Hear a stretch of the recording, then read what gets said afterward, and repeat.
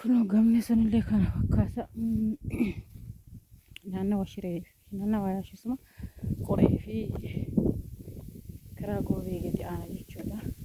Naannoo qoree fi karaa goobee gadi aana kunoo ganaa jira warri naannawa gara sii taatanii ittiin hamuummatiin asirratti ganaadha isiniin jedha.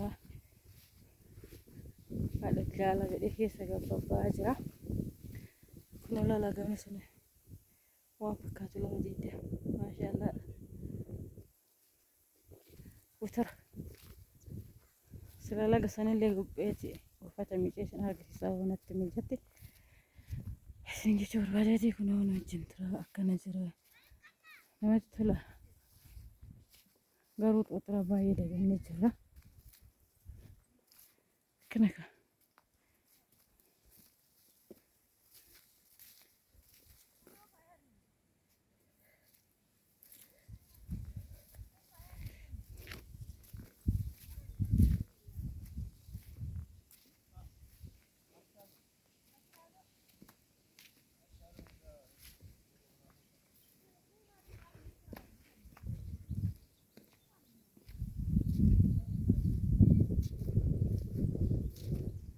kana fakkaata baay'ee namatti tola baay'ee bareedaadha garuu roobasni amma baay'ee qabu akkasiga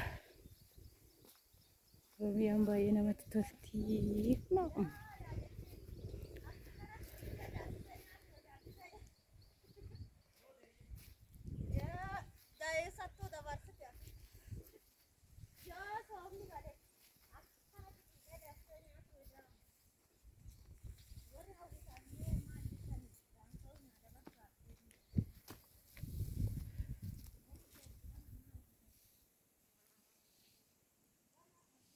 aduu keessa xiqqoo jira bakka bakkatti baay'ee hin mul'atu kana fakkaata oomishni oromiyaa keessa baay'ee namatti tola wallee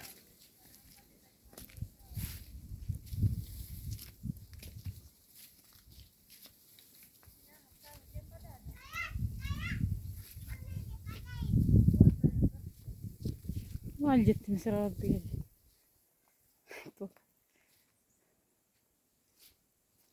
adi